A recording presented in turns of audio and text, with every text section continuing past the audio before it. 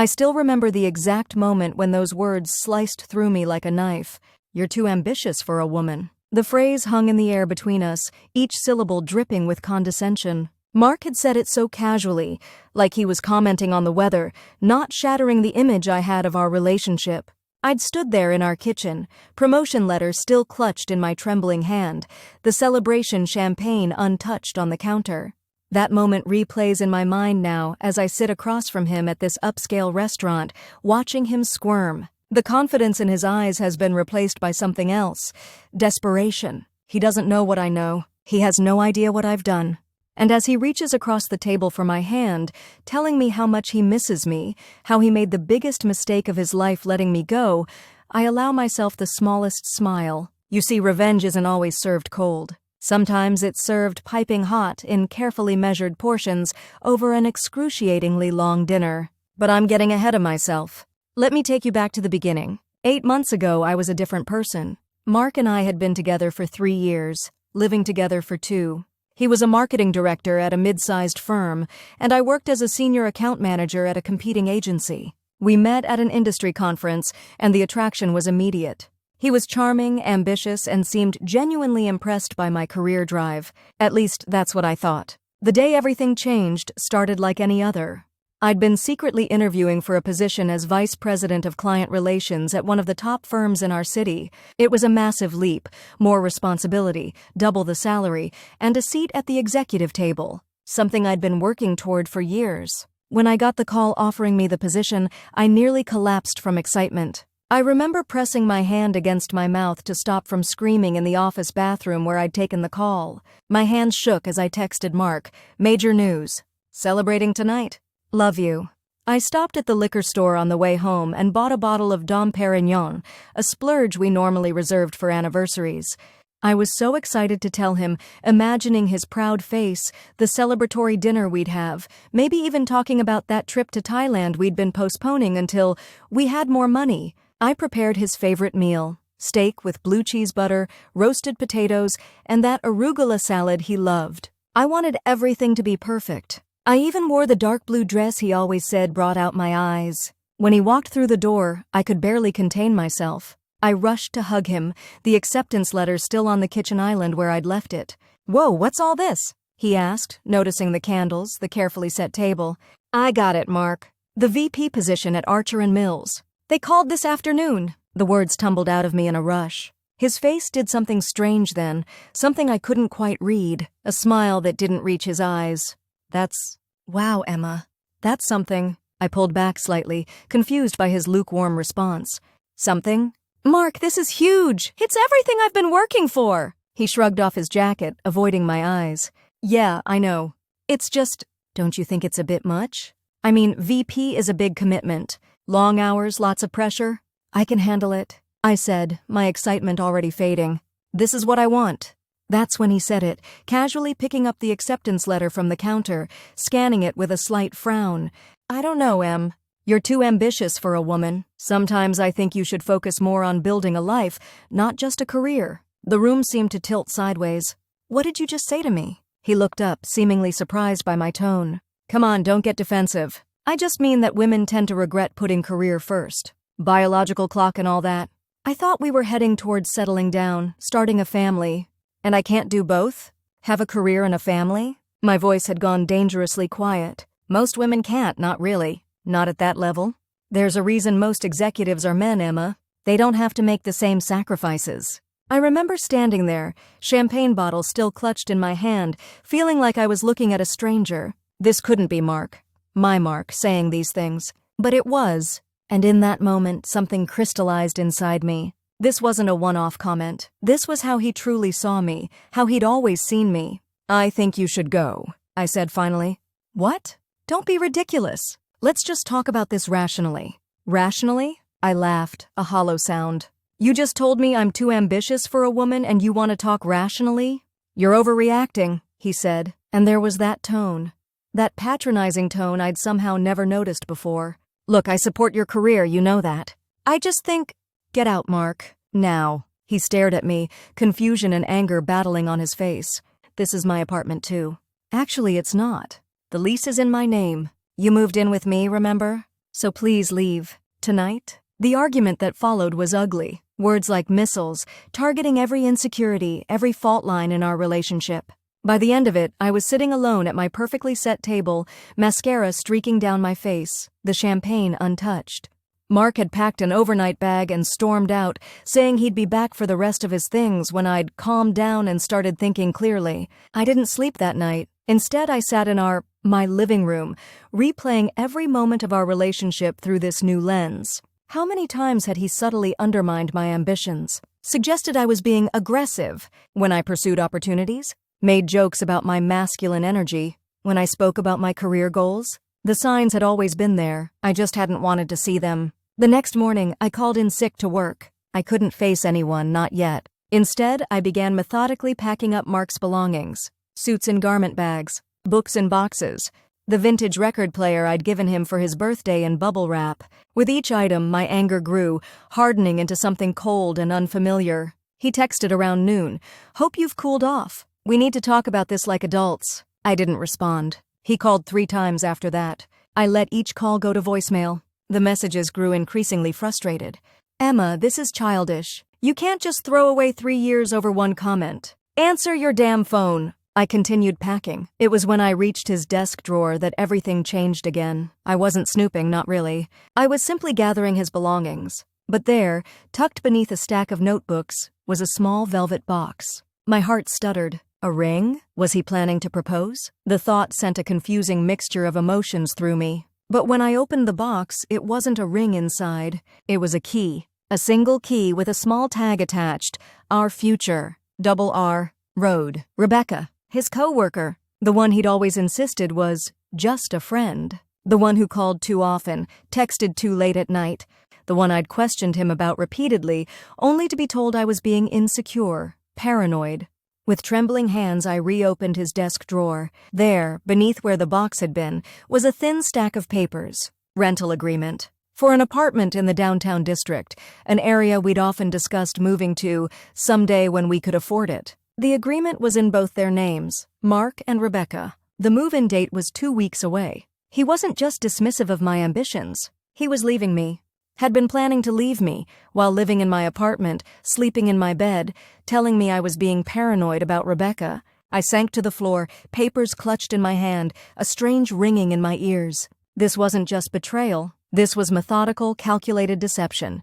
When the doorbell rang an hour later, I was still sitting there, surrounded by his packed belongings and the evidence of his duplicity. I knew it was him before I opened the door. "Emma, we need to talk about this," he started, pushing past me into the apartment. He stopped short when he saw the boxes. "What the hell?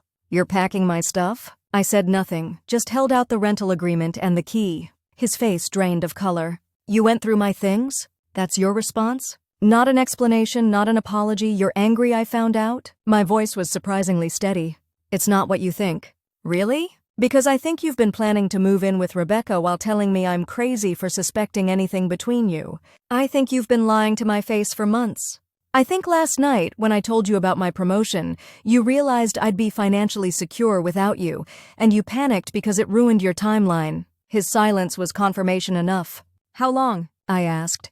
"How long have you been seeing her?" He ran a hand through his hair, a gesture I'd once found endearing. 6 months, he finally admitted. But it wasn't serious at first. It just happened. 6 months. Half a year of lies, of gaslighting me whenever I felt something was off. "Get your things and get out," I said quietly. "All of it. Now." "Emma, please. I made a mistake. We can work through this." I laughed then, a sound so bitter I barely recognized it as my own. "Work through this? You've been cheating on me for 6 months, Mark. You were going to leave me in 2 weeks. And when I told you about the biggest achievement of my career, your response was to tell me I'm too ambitious for a woman. Which part of that exactly do you think we can work through?" He had no answer for that. I watched in silent fury as he loaded box after box into his car. When he was done, he stood awkwardly in the doorway. "I never meant to hurt you," he said, the ultimate cliché. "Goodbye, Mark." I closed the door on his face, on our relationship, on the future I'd imagined for us. Then I slid down against it and finally let myself break. The next week passed in a blur of grief and rage. I alternated between sobbing in the shower and staring blankly at walls. I took the week off work, claiming a family emergency. In a way it was. The family I'd thought I was building had just imploded. It was my best friend Liv who finally pulled me out of my apartment. She arrived on day 8 with coffee, bagels, and a no-nonsense attitude. "Enough," she said, pulling open my curtains and letting harsh sunlight stream in. "You've given him enough of your tears?" I squinted against the light. "I'm not crying over him anymore. I'm crying over my own stupidity." "You're not stupid," she said firmly. "You trusted someone who didn't deserve it. That doesn't make you stupid, it makes him a bastard." She forced me to shower, to eat something substantial, to step outside for air. And slowly, with each small action, I began to feel something besides pain. Anger, yes, that was still there, a constant simmer beneath my skin. But something else too, determination. "You start your new job on Monday," Liv reminded me over the sad-looking salad I was picking at. "Fortune 500 company, corner office, executive team. Focus on that, not him." She was right, of course. I had achieved something remarkable, something I'd worked years for. I wouldn't let Mark's betrayal overshadow that. But even as I nodded, a different thought was taking shape in my mind. Mark had taken so much from me, my trust, my sense of security, years of my life. He'd made me question my own perceptions, my own value, and then he'd planned to discard me, timing his exit with cold precision. Why should he get to walk away unscathed? That night, after Liv left, I opened my laptop and created a new document. At the top, I typed Mark Johnson. And then, methodically, I began to list everything I knew about him, his job, his aspirations, his insecurities, his weaknesses. I wasn't yet sure what I was going to do with this information. I just knew I wasn't going to let him off so easily. The next day, I returned to work to wrap up my final week before starting at Archer & Mills. My colleagues threw a small going-away party, complete with cake and awkward speeches. I smiled and thanked them, playing the part of the excited but humble departing coworker. Inside, I felt hollow, disconnected from the celebration. It wasn't until I was packing up my desk that reality hit me again. Among my belongings was a framed photo of Mark and me from a company picnic last summer. We were laughing, his arm around my shoulders, my head tilted toward his. We looked happy. We looked in love. I removed the photo from its frame and was about to tear it in half when I stopped. Instead, I slipped it into my bag. A reminder of what lay beneath the surface of seeming happiness. A reminder not to be fooled again. That weekend, I threw myself into preparation for my new role, new wardrobe, sleek, powerful pieces that made me feel untouchable. New haircut, shorter, sharper, a style that meant business. I reorganized my apartment, purging any remaining traces of Mark. I changed the locks even though he'd returned his key. I bought new sheets, new towels, new scented candles, exorcising his presence from my space. But at night, when the distractions fell away, the thoughts would come. Not just of pain, but of injustice. Of the unfairness that he could wound me so deeply and simply walk into his new life with Rebecca. The more I thought about it, the more certain I became. This couldn't be the end of the story. On Sunday night, the day before starting my new job, I found myself opening that document again. Mark Johnson, staring at his name, at the list of details I'd compiled, and then, almost without conscious decision, I began to type again. Not facts this time, but ideas. Possibilities. A plan taking shape? Monday morning dawned bright and clear. I dressed carefully in a new charcoal suit, applied my makeup with precision, and looked at myself in the mirror. I barely recognized the woman staring back at me, eyes harder, jaw set, a new determination in her posture. Vice President Emma Carter, I said to my reflection. Day 1. The offices of Archer & Mills were exactly what you'd expect from a top-tier firm. Gleaming glass and steel, hushed efficiency, an air of money and power. I was shown to my new office, corner, as promised, with floor-to-ceiling windows overlooking the city. My name on the door in sleek silver letters. My assistant, a sharp-eyed young woman named Tara, spent the morning orienting me. Client portfolios, team structures, upcoming projects. I absorbed it all, focused entirely on the task at hand. For those hours, Mark didn't exist. Neither did the pain, or the anger, or the nascent plan taking shape in the back of my mind. It wasn't until lunch, sitting alone in my new office, that I allowed myself to check my phone. 3 missed calls from my mother, probably wanting to hear about the new job, a text from Liv asking how it was going, and, my heart stuttered, a message from Mark. Heard today was your first day at the new job.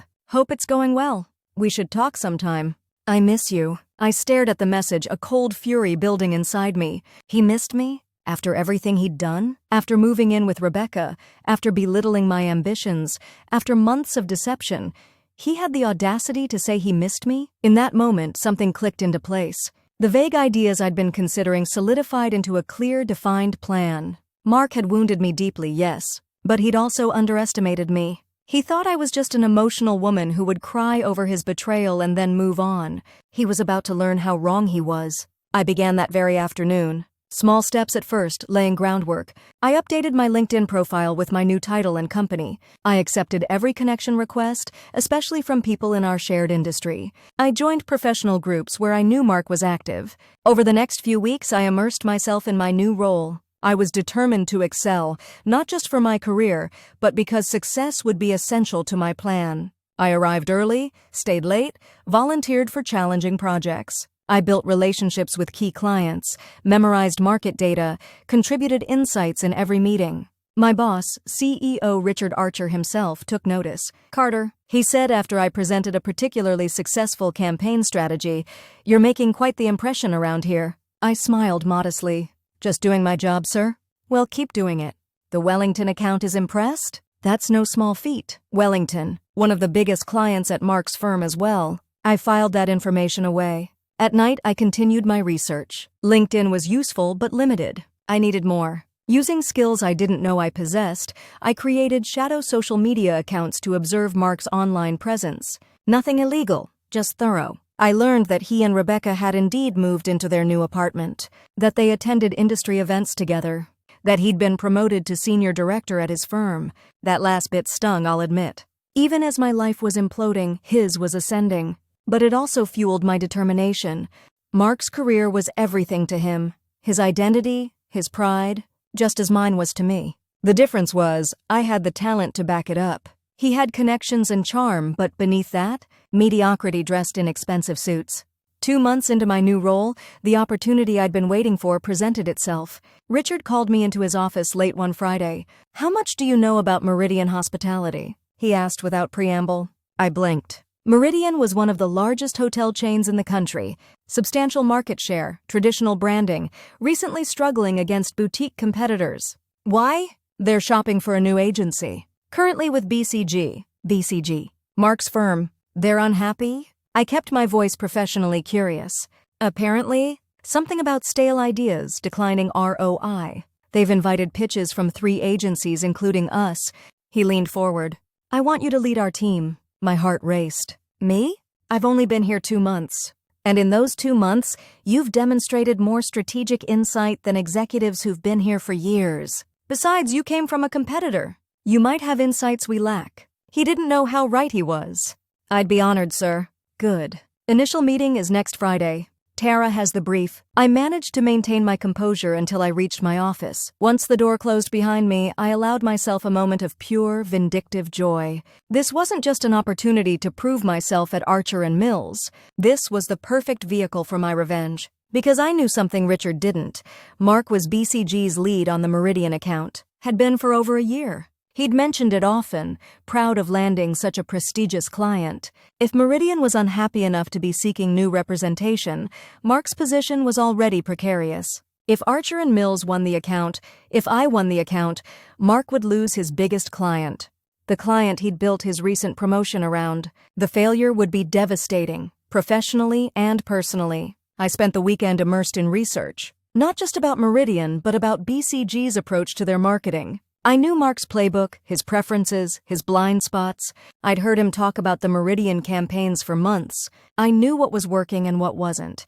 Information most competing agencies would kill for. But I needed more. Specific details about their current strategy, upcoming campaigns, internal metrics. Information I couldn't access legally or ethically through my position.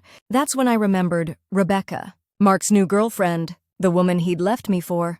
She worked at BCG too in their analytics department. She would have access to all the Meridian performance data. And Mark, overconfident Mark, had always been careless with his passwords. Before we broke up, I'd known all of them. He used variations of the same few.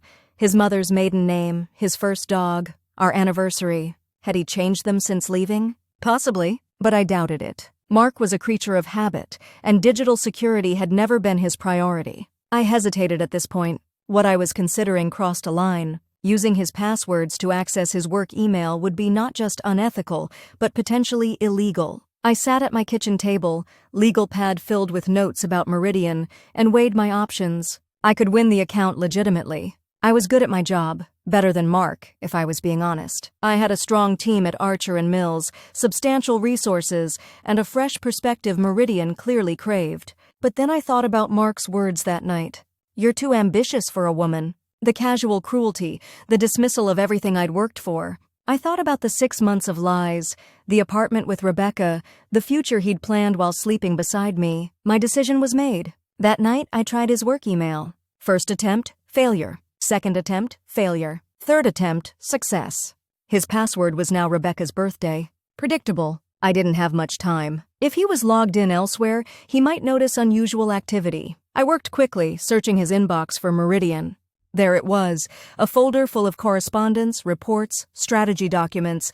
I forwarded the most recent ones to a new email account I'd created specifically for this purpose, then carefully marked all the emails as unread again. Log out. Clear browser history. Breathe. What I'd done was wrong. I knew that. But the satisfaction I felt overrode any guilt. This wasn't just about winning the account. It was about using Mark's own carelessness, his own underestimation of me, against him. Over the next week, I built my pitch. I didn't use the proprietary BCG information directly. That would be too obvious, too traceable. Instead, I used it as background, helping me understand exactly where their strategy was failing, what Meridian was unhappy with, what they were hoping for from a new agency. My team was impressed with my insights. "How did you know they were having issues with the younger demographic?" one of them asked during a strategy session. I smiled. "Market research. The signs are there if you know where to look." The day of the pitch arrived. I dressed with deliberate care, a navy power suit, subtle but expensive jewelry, heels that added 3 inches to my height. I wanted to walk into that room and command attention, respect. The Meridian executives were waiting in our largest conference room, along with Richard and our executive team. I recognized Robert Keller, Meridian's CMO, from industry events. He'd met Mark several times. I wondered if he'd make the connection. Same industry, similar age. But even if he did, it wouldn't matter. This was business, not personal. At least that's what I told myself. "Ms. Carter," Keller said, shaking my hand firmly. "Richard speaks highly of you." "The praise is appreciated, but unnecessary," I replied. "Our work today will speak for itself." And it did. I led the presentation with confidence, outlining Meridian's challenges and our proposed solutions. I addressed their concerns before they voiced them, anticipated their questions, presented data that spoke directly to their pain points, all informed indirectly by the intelligence I'd gathered from Mark's email. When we finished, there was a moment of silence. Then Keller smiled. "Very impressive, Ms. Carter. You've clearly done your homework. We believe in thorough preparation at Archer & Mills," I replied smoothly. As we were packing up, Keller approached me. "You know, you remind me of someone. Do you know Mark Johnson at BCG?" My heart skipped, but I kept my face neutral. "The name sounds familiar. We may have crossed paths at industry events." "Ah, perhaps that's it. Similar energy. Though I must say, your strategic approach is far more innovative than what we've been seeing lately." I allowed myself a small smile. "Innovation is what sets us apart, Mr. Keller." We didn't get immediate confirmation, of course. Pitch processes take time. But the energy in the room had been undeniable. We'd connected with them, addressed their needs, offered solutions that excited them. I knew we were strong contenders. Sure enough, 3 weeks later, Richard called me into his office, grinning widely. "We got it," he said without preamble. "Meridian. Full portfolio, 3-year contract with options to extend. They were particularly impressed with your strategic direction." The triumph I felt was multifaceted. Professional pride, certainly. Landing a client of this magnitude so early in my tenure was a significant achievement. But beneath that was a darker satisfaction. I had won, and Mark had lost. His failure would be directly attributable to my success. "Excellent news," I said calmly. "When do we start?" "Transition begins next month. They're giving BCG 4 weeks' notice." Richard leaned back in his chair. "This is a big win for you, Carter. The board has noticed. Happy to contribute to the firm's success," I replied, the model of professional modesty. I maintained that composure until I was alone in my office. Then I allowed myself a moment of pure, unadulterated satisfaction. Phase 1 of my plan had succeeded better than I could have hoped. Mark would be losing his biggest client, a client that represented nearly 30% of his portfolio, according to the documents I'd seen. The client he'd built his recent promotion around. But this was just the beginning. I knew Mark well enough to predict his reaction. He'd be shocked, then angry, then desperate to save the account. He'd call emergency meetings, draft retention strategies, perhaps even offer Meridian concessions to stay, all futile. And when the dust settled, he'd be looking for someone to blame. I just had to wait. The news traveled fast through industry circles. Meridian, a long-term BCG client, switching to Archer & Mills. I heard through connections that BCG was in damage control mode. Their stock took a small but noticeable dip. Industry publications speculated about what had gone wrong. And then, 2 weeks after we'd received the news, my phone rang. Unknown number. I knew who it was before I answered. Emma Carter, I said, keeping my voice neutral. Emma, Mark's voice. Tighter than usual, strain evident. I thought it might be you. Mark, this is unexpected. Is it? Meridian drops BCG after 5 years, moves to your new firm, and you're surprised I'd make the connection? I leaned back in my chair, savoring the tension in his voice. Business is competitive, Mark. Clients change agencies all the time. Not like this. Not this suddenly. Not without warning signs. Perhaps the warning signs were there and you missed them. I kept my tone light, professional. Perception was never your strong suit. A sharp intake of breath. What did you do, Emma? My job. Effectively, it seems. Unlike some people. Silence for a moment. Then, softer. We need to talk.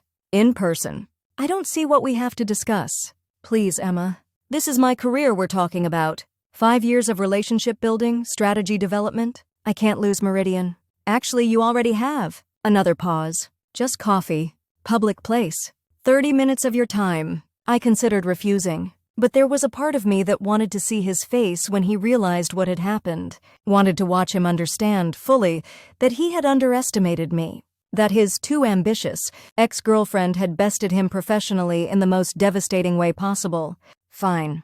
Tomorrow. The cafe on 8th and Pine, 8 a.m. Thank you.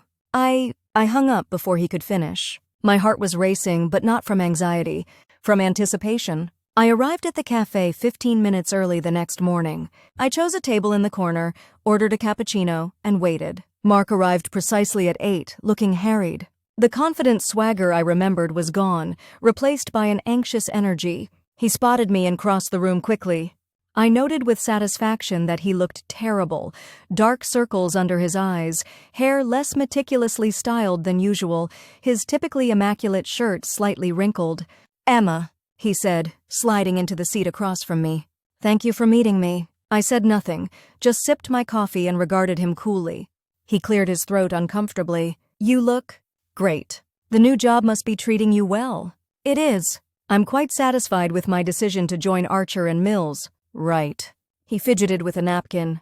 About Meridian. What about them? You know what? They've been with BCG for 5 years. We've consistently delivered results. Their sudden decision to leave makes no sense. I raised an eyebrow. From your perspective, perhaps. From theirs, it was quite logical. Declining engagement metrics across digital platforms. Stagnant growth in the 25 to 34 demographic. Messaging that no longer resonates with their target audience. His face paled slightly. Those were all issues mentioned in the internal reports I'd viewed. Issues BCG had been attempting to address with limited success. How do you know all that? I smiled. Thorough research. Understanding client needs. Basic business competence. This isn't just business for you, is it? He said, leaning forward. This is personal. Why would it be personal, Mark? Because you told me I was too ambitious for a woman right before I discovered you were cheating on me with Rebecca. Because you planned to leave me while gaslighting me about my suspicions.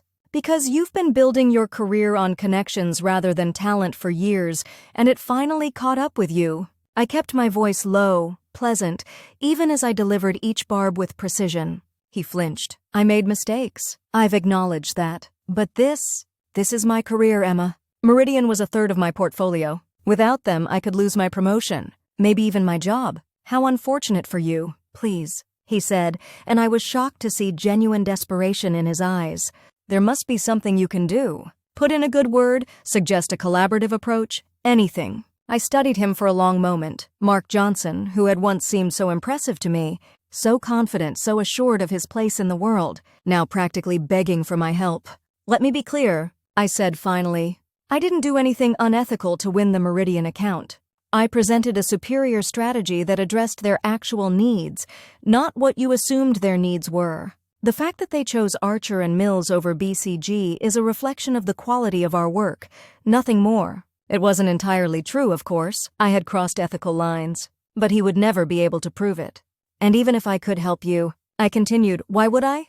You made it abundantly clear what you think of my ambition, of my career goals. You betrayed me in the most personal way possible, while living in my home, benefiting from my support. And now you want me to sacrifice my professional success to save you from the consequences of your own mediocrity?" He stared at me, speechless. I finished my coffee and stood. "I have a meeting to prepare for. The Meridian transition team is coming in at 10.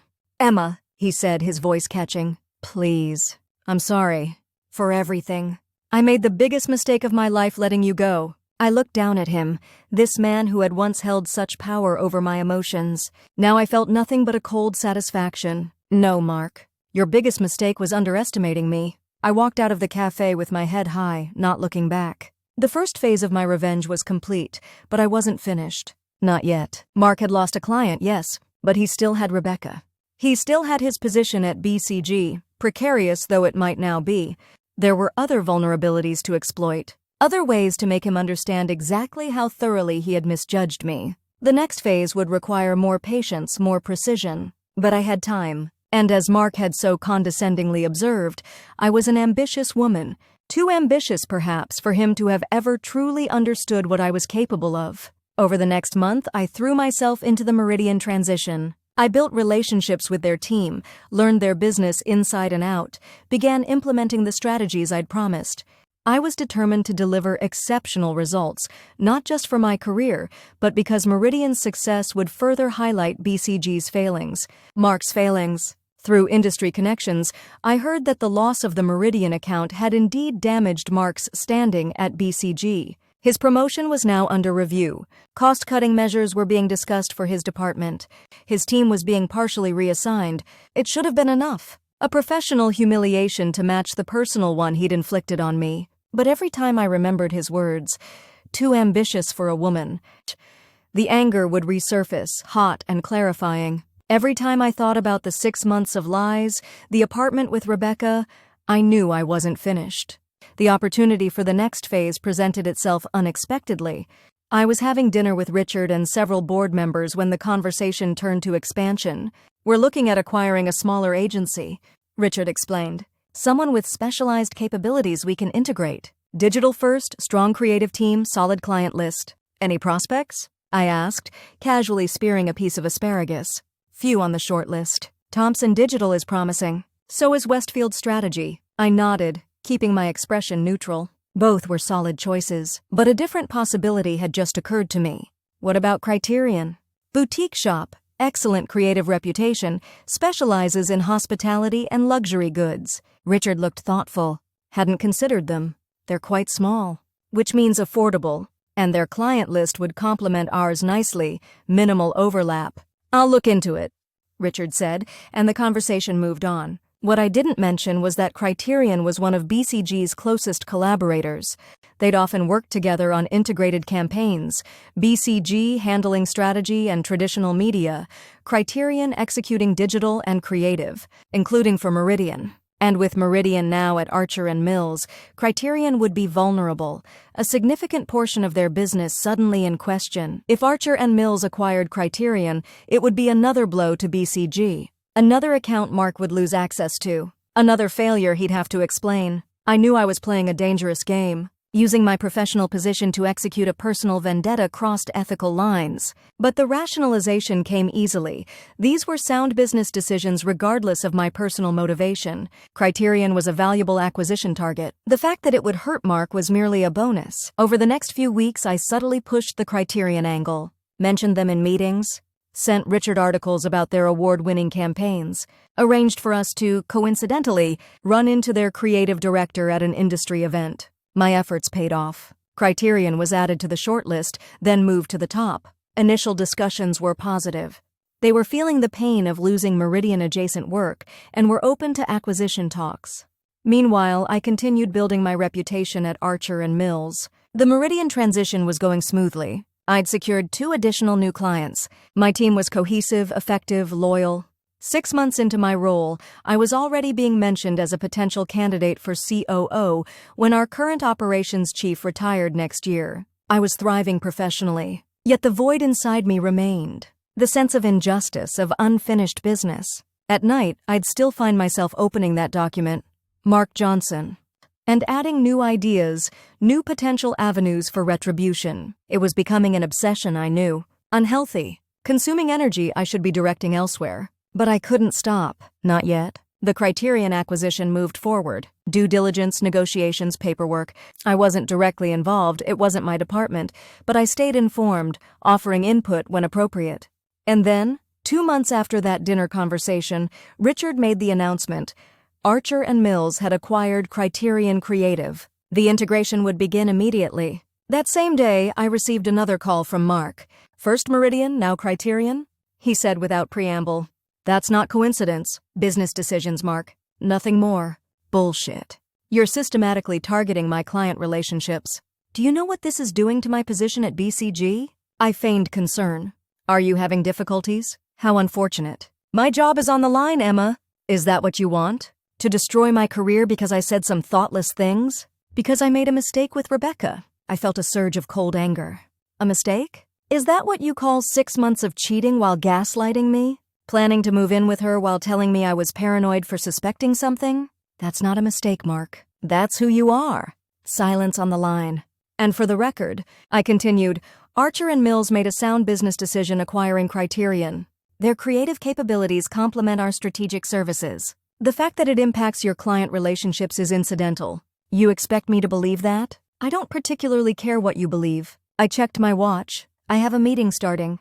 Goodbye, Mark. I hung up, my hand trembling slightly. Every conversation with him left me feeling this way, a mixture of vindication and something darker, less comfortable. Was I taking this too far? Becoming the villain in my own story? I pushed the thought away. He deserved this. All of it. The following week, I heard through industry channels that Mark had been demoted at BCG. No longer a senior director, he was back to regular director status, with a reduced team and portfolio. His office had been downgraded, his compensation adjusted. Rebecca, meanwhile, had been promoted within her analytics department. I should have felt satisfaction. This was what I'd wanted, wasn't it? Mark humbled, his career damaged, experiencing a fraction of the pain he'd caused me. Instead, I felt hollow, as if the revenge I'd so meticulously planned was consuming me more than it was affecting him. I was successful, yes. Ascending in my career, respected by colleagues, financially secure. But I was also isolated, focused on vengeance to the exclusion of almost everything else. Liv had noticed. During our increasingly rare dinners, she'd comment on my distraction, my fixation on industry news that might mention Mark or BCG. You need to let this go, she said during our last meeting.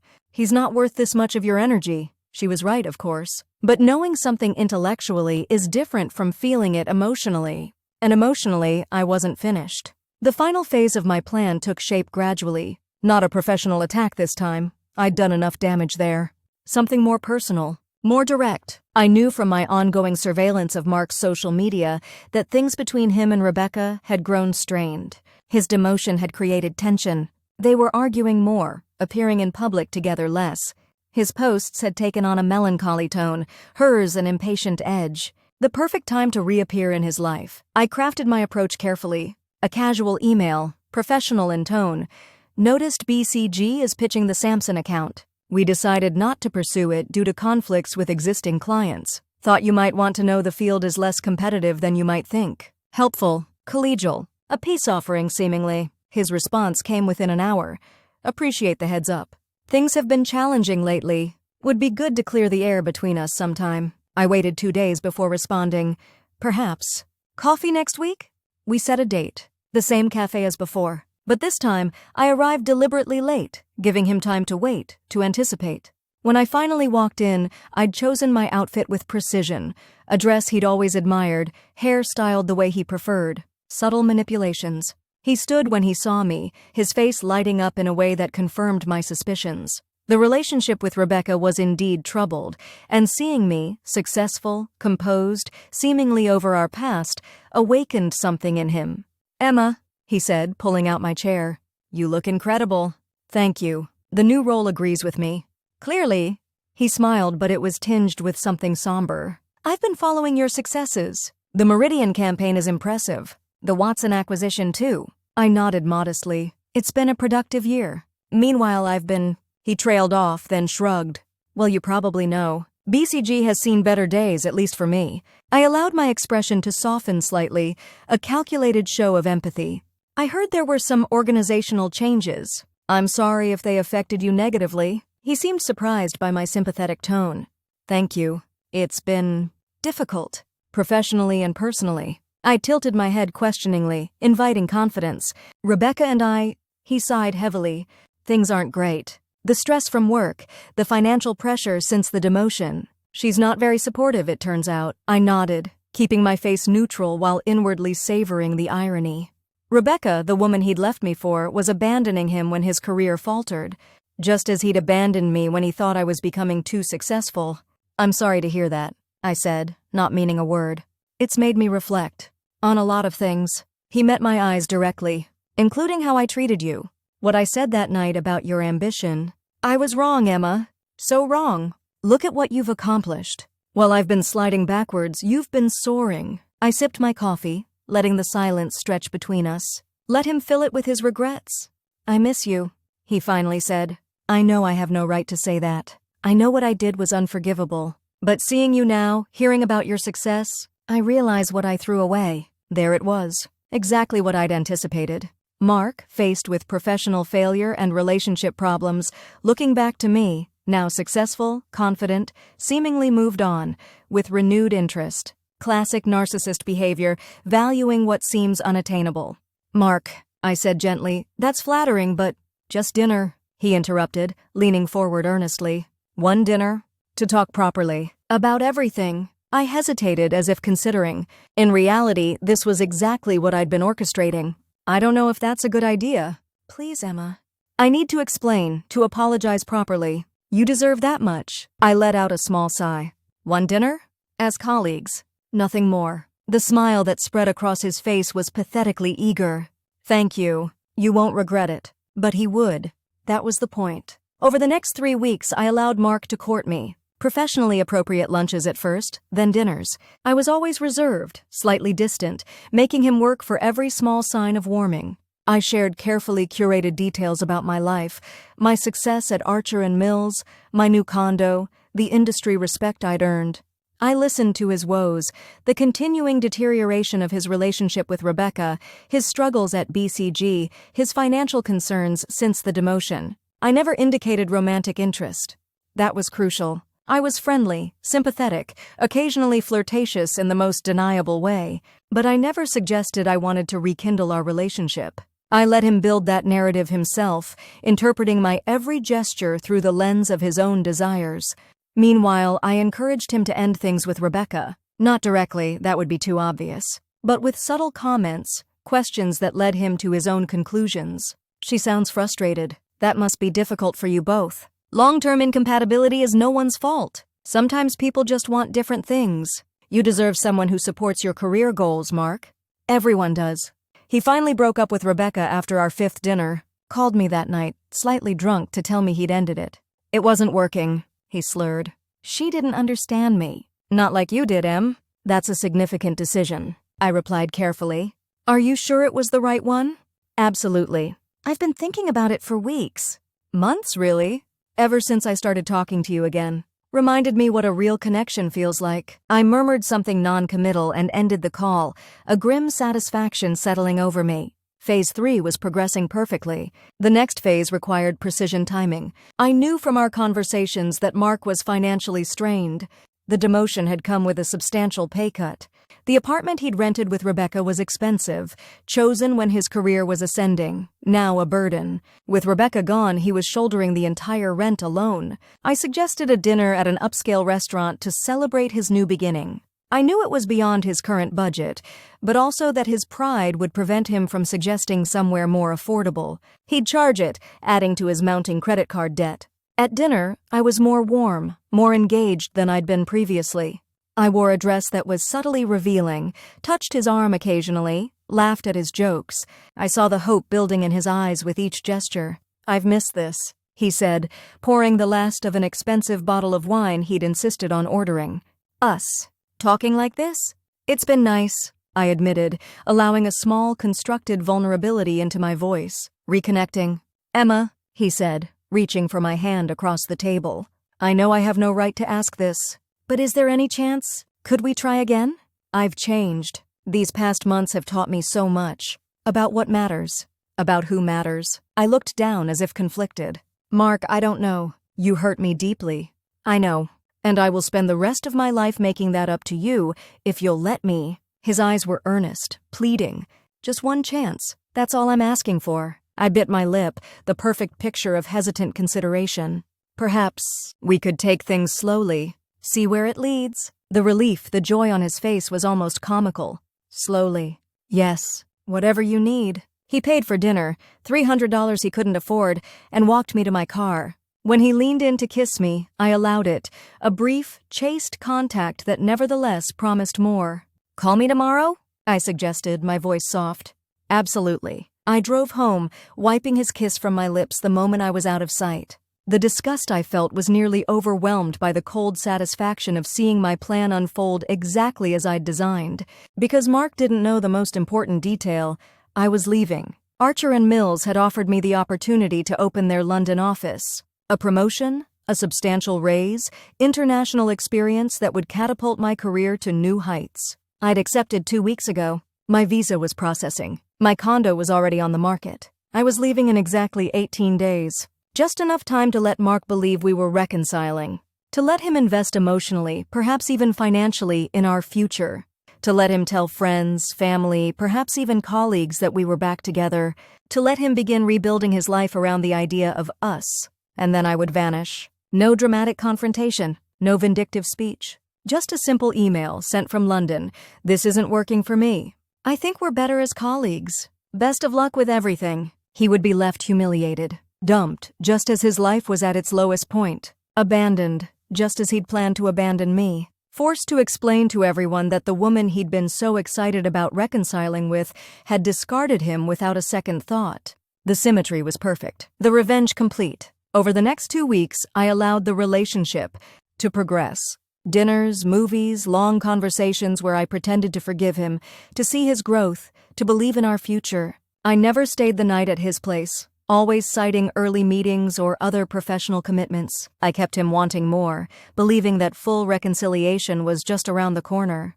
He spent money he didn't have, expensive restaurants, tickets to a show I'd mentioned wanting to see, a weekend getaway I knew would strain his credit cards to the breaking point. I protested each expense weekly, knowing his pride would insist on paying. Knowing each charge deepened the financial hole he was digging. He introduced me to friends as his girlfriend, again.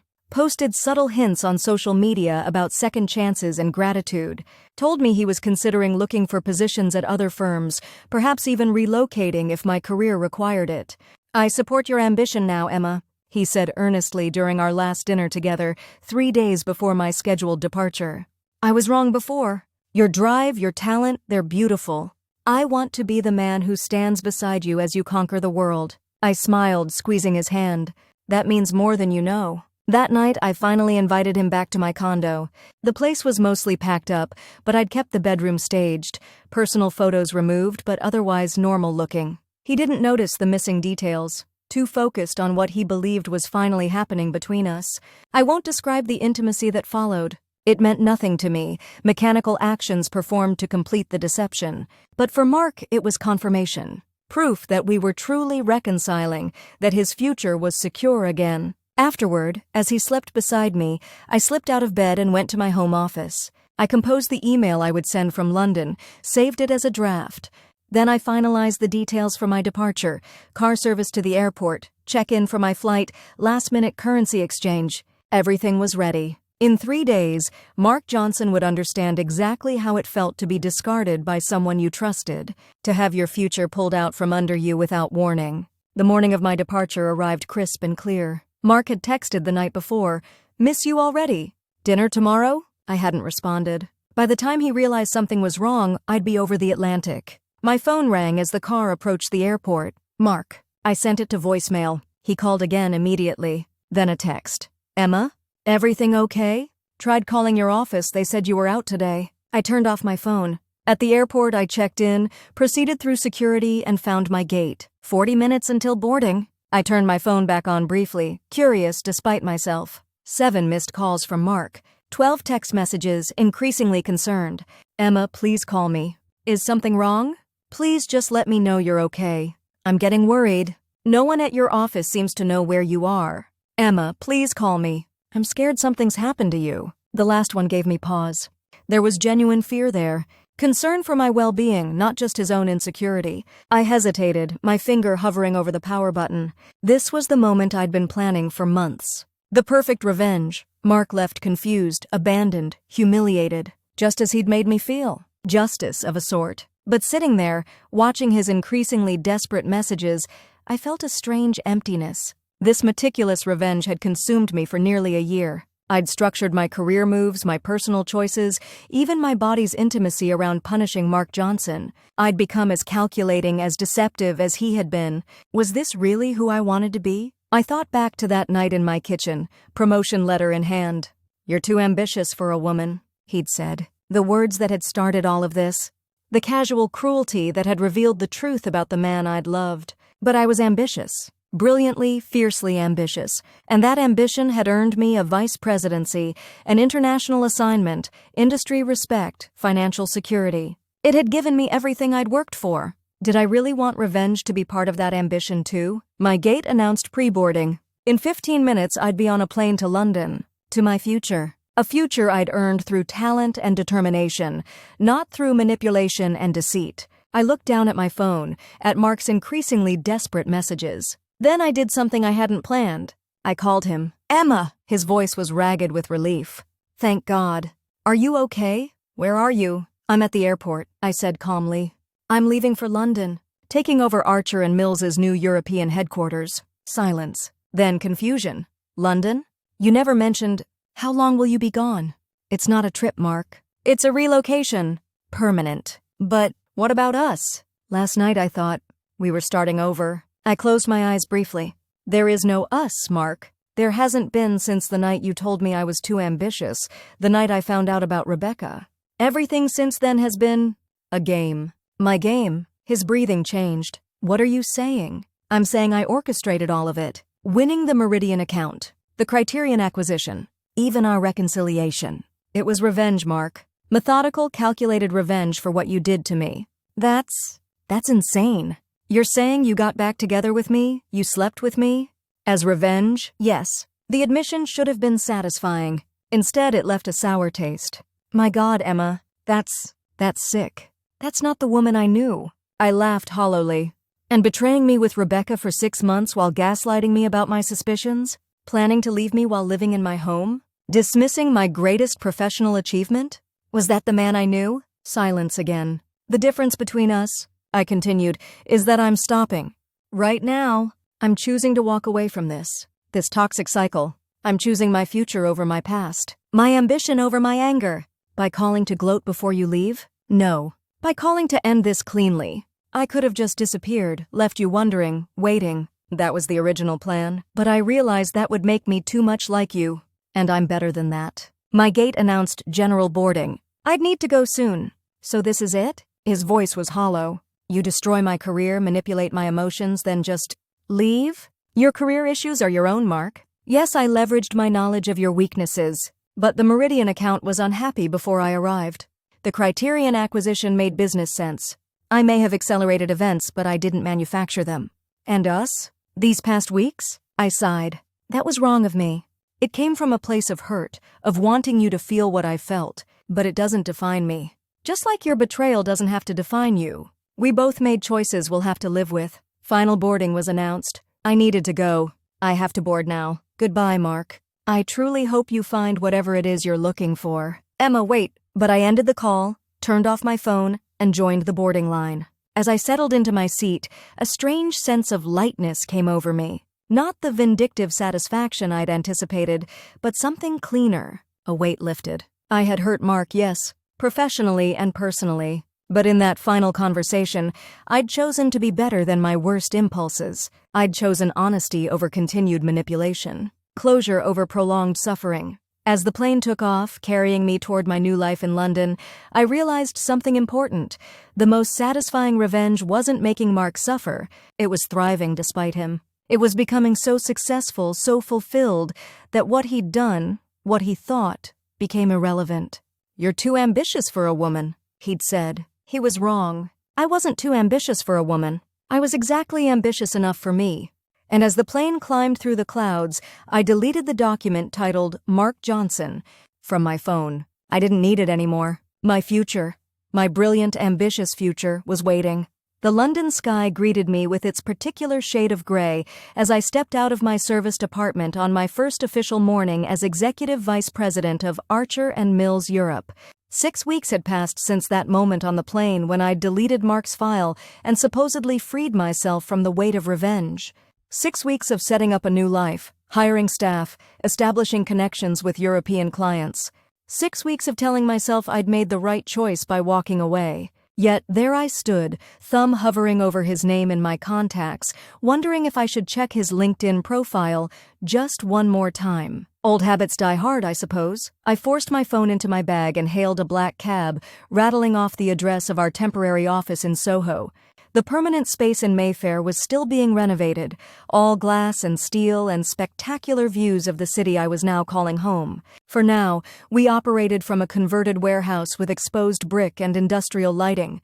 Very startup chic, even for an established firm like ours. "First week treating you well, miss?" the cabbie asked, meeting my eyes in the rearview mirror. I smiled politely. "Just fine, thank you." In truth, it had been exhausting. Exhilarating but exhausting. Building a team from scratch, establishing our European presence, adapting to a new business culture.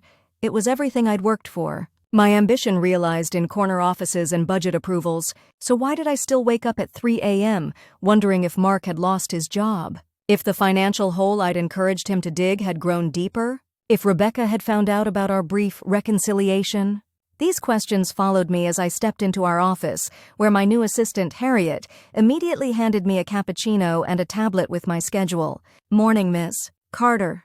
The Milan team is ready for your video call at 9. Pitch deck for Deutsche Bank is finalized for your review, and HR needs your input on the creative director candidates by end of day." "Thank you, Harriet." "Any messages from New York?" I asked, scanning the schedule. "Mr.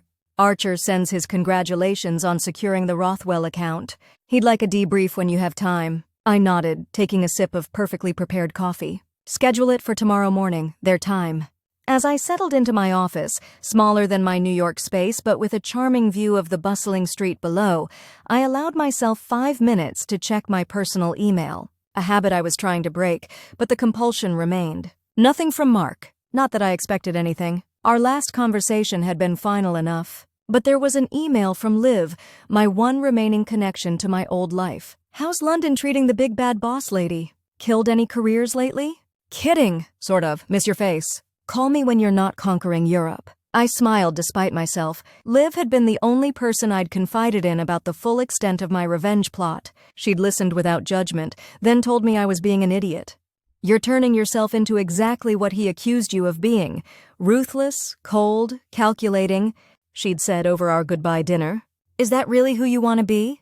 Her words had stayed with me, contributing to my decision to end things cleanly instead of disappearing as I'd planned. But she still didn't know about that final night with Mark, about how far I'd actually gone in my pursuit of revenge. Some things were too shameful to admit, even to your best friend. The Milan call went smoothly.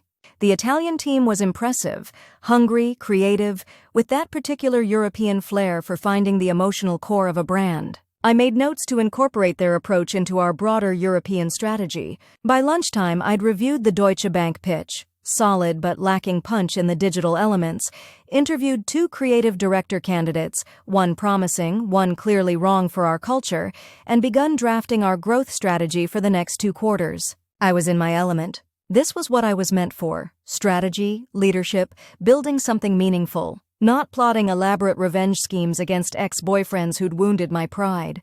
So why did I still care whether Mark Johnson was suffering? Ms. Carter? Harriet appeared in my doorway. "Your lunch appointment is here?" I frowned. "I don't have a lunch appointment." "A Mr. Callahan? From Wentworth Media?" "He said it was confirmed last week." I froze. James Callahan, former BCG London, now Wentworth Media's CEO, and Mark Johnson's closest friend from business school. This couldn't be coincidence. "Send him in," I said, quickly closing my laptop and smoothing my hair. James Callahan walked into my office with the confident stride of a man who knew his worth in any room. Tall, with salt and pepper hair and the kind of British accent Americans find irresistibly authoritative. We'd met once before, at an industry conference where Mark had introduced us. He'd barely acknowledged my existence then. "Emma Carter," he said, extending his hand. "Congratulations on the promotion. London suits you." I shook his hand firmly. "James, this is unexpected." "Is it? I believe we had a lunch appointment." His smile didn't reach his eyes. "We both know we didn't." "Why are you here?" He settled uninvited into the chair across from my desk. Direct. "I appreciate that. I'm here because of Mark Johnson." My stomach tightened. "I have nothing to discuss regarding Mark." "I think you do." James leaned forward slightly. "You see, Mark and I speak regularly. He's told me quite an interesting story about you two. About Meridian, about Criterion, about your reconciliation." I kept my face carefully neutral. And I find myself curious about a woman who would orchestrate such an elaborate revenge plot, only to confess it all before leaving the country. It's not the typical approach. I didn't realize my personal life was of professional interest to Wentworth Media. It's not, unless of course it involves potentially unethical business practices. His tone remained conversational, but the threat was unmistakable. I leaned back in my chair, studying him. "Are you accusing me of something, James?" "Not yet. I'm gathering information. Mark believes you used insider knowledge from your relationship to target Meridian specifically, that you may have accessed confidential BCG information. That's a serious allegation." My heartbeat quickened, but I maintained my composure. "It's also completely unfounded. Meridian was unhappy with BCG's performance long before I joined Archer & Mills. Their metrics were declining. We presented a better strategy. Business 101. And Criterion? Another coincidence? Criterion was a sound acquisition target. Their client portfolio, creative capabilities, and market position made them valuable to Archer & Mills. The fact that they worked with BCG was incidental." James studied me for a long moment. "You're good. I'll give you that. Cool under pressure. I've had practice." "Clearly." He stood, rebuttoning his suit jacket. "I'll be direct, Miss Carter. Mark is a friend. He's struggling, professionally, financially, personally. Your systematic dismantling of his career has been thorough. Mark's career challenges are his own responsibility. Perhaps. But if I find evidence that you crossed ethical or legal lines in your, what shall we call it? Your campaign? There will be consequences. Significant ones." The threat hung in the air between us. I should have been frightened. Instead, I felt a familiar cold anger stirring. "Let me be equally direct, James. I've done nothing unethical or illegal. I've simply outperformed Mark in an industry where results matter. If he's struggling, perhaps he should focus on improving his work rather than convincing his friends to make vague threats against his ex-girlfriend." James smiled thinly. "This was informative. Thank you for your time." "I didn't give you any of my time. You took it under false pretenses." "Yes, well, sometimes the ends justify the means. I imagine you're familiar with that philosophy." After he left, I sat motionless, mind racing. James hadn't made specific accusations, but the implication was clear. Mark had told him everything, including his suspicions about how I'd won the Meridian account. If James started digging, if he found any evidence I'd accessed Mark's emails, it could destroy everything I'd built. The fear was quickly replaced by anger. Even now, thousands of miles away, Mark was still trying to control the narrative, to paint himself as the victim, to undermine my success. I pulled out my phone, finger hovering over his contact information. One call to tell him exactly what I thought of his little proxy threat. One chance to remind him that I could still hurt him far worse than I already had. But that would only confirm his story. That I was obsessed, vindictive, unethical, that my success was built on revenge rather than talent. I put the phone away and buzzed Harriet. "Yes, Ms. Carter? I need everything we have on Wentworth Media. Client list, financial reports, market position. And get me a meeting with legal this afternoon." "Is everything all right?" I forced a smile. "Just due diligence, Harriet. Always be prepared." After she left, I opened my laptop and created a new document. At the top, I typed, James Callahan. Old habits die hard indeed. The London office took shape over the next 2 months. We moved into our permanent space in Mayfair, with its gleaming windows and city views. I built a team of 30, a mix of local talent and transplants from New York. We secured 4 major clients, established our European strategy, and began seeing real results. Richard was pleased. The board was impressed. On paper, everything was perfect. But James Callahan's visit had reopened something I'd thought I'd closed. The compulsion to check on Mark returned with a vengeance. I created a fake LinkedIn profile to monitor his activities. I set Google alerts for his name and BCG. I found myself calculating time differences, imagining his daily routine in New York while I sat in my London office. It wasn't healthy. I knew that. But I rationalized it as self-protection. If Mark and James were conspiring against me, I needed to be prepared. The information trickled in slowly. Mark had indeed been demoted further at BCG, now holding a position as senior account manager, lower than he'd been when we first met. His LinkedIn profile had grown sparse, his activity sporadic. Through industry contacts, I heard he'd been removed from several key accounts, that his performance was being closely monitored. I should have felt satisfaction. This was what I'd wanted, wasn't it? Mark humbled, struggling, experiencing a fraction of the pain he'd caused me. Instead, I felt a growing unease. Had I gone too far? Had my revenge, even abbreviated as it was, caused damage I hadn't anticipated? These thoughts were interrupted by a call from Richard Archer one Tuesday morning.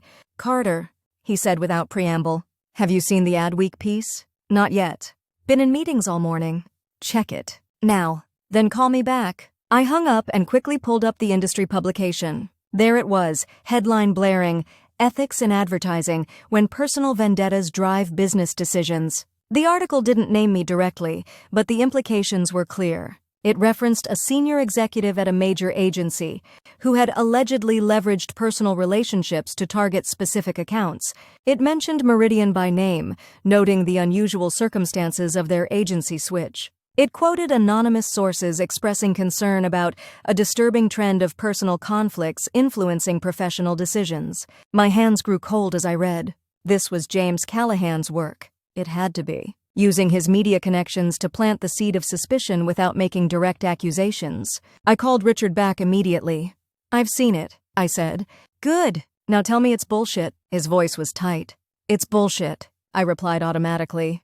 Then hesitated. Mostly. A long silence. Explain mostly, Carter. I closed my office door for privacy. The Meridian acquisition was legitimate. Their metrics were failing, their engagement was down, they were unhappy with BCG. We offered a better strategy, but I sighed.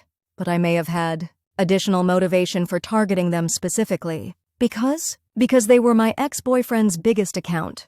And we didn't part on good terms. Another silence, longer this time. The ex-boyfriend being Mark Johnson. BCG New York. Christ, Emma. He rarely used my first name. Bad sign. Tell me you didn't use insider information. Tell me there's nothing unethical that could bite us legally. I thought about Mark's emails, the information I'd accessed without authorization, the line I'd crossed. Nothing that could be proven. I said carefully. That's not the answer I wanted. Richard's voice had grown dangerously quiet. Are we vulnerable here? I don't believe so. The Meridian decision was justified by their performance metrics. The same goes for Criterion. Business decisions supported by data, but influenced by personal vendettas. I would call it informed by comprehensive industry knowledge, I countered. Richard didn't laugh. This isn't a joke, Carter. This kind of industry gossip can be damaging. Clients don't like drama. They especially don't like thinking their agency switches might be part of someone's personal revenge plot. The article is vague. No names. Today's article is vague. Tomorrow's might not be. I need to know exactly what we're dealing with. I took a deep breath. Mark Johnson and I were together for 3 years. We broke up when I discovered he was cheating and had been planning to leave me. The same night, he made dismissive comments about my career ambitions. When I joined Archer & Mills, Meridian was already dissatisfied with BCG. I may have specifically targeted them knowing they were Mark's account, but our pitch was superior. Our strategy was better. Meridian made a sound business decision switching to us. And Criterion? Similar situation? They were a legitimate acquisition target. The fact that they worked closely with BCG, including on Meridian projects, was a factor in my recommendation, but not the only one. Richard was silent for so long I thought the call had dropped. Finally, he spoke. "You've put us in a difficult position, Carter.